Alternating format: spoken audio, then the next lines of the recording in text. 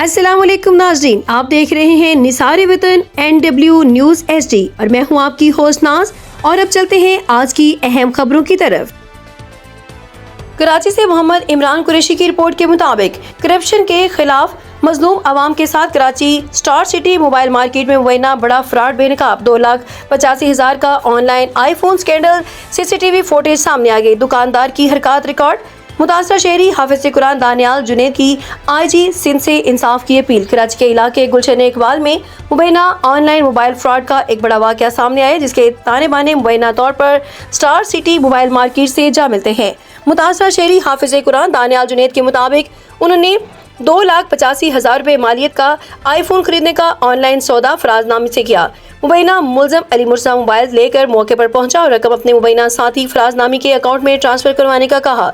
Report के मुताबिक रकम मुंतकिल होने के बाद फराजनामी के साथी का मोबाइल देने से इनकार कर दिया। अहम पेशरत ये है कि इस तमाम वाक़े की CCTV फुटेज भी मौजूद है, जिसमें मुबैना दुकानदारों को शहरी का रकम मुंतकिल करने के लिए कायल करते देखा जा सकता है।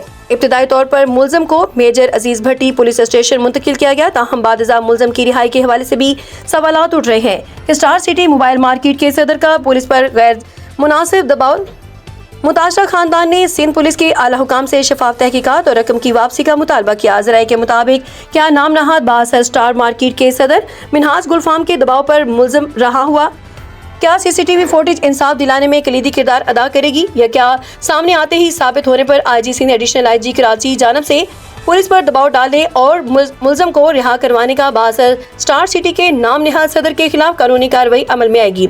ये सवालात अपनी जगह मौजूद हैं। हम इस केस की पेशरफ्त आप तक पहुंचाते रहेंगे।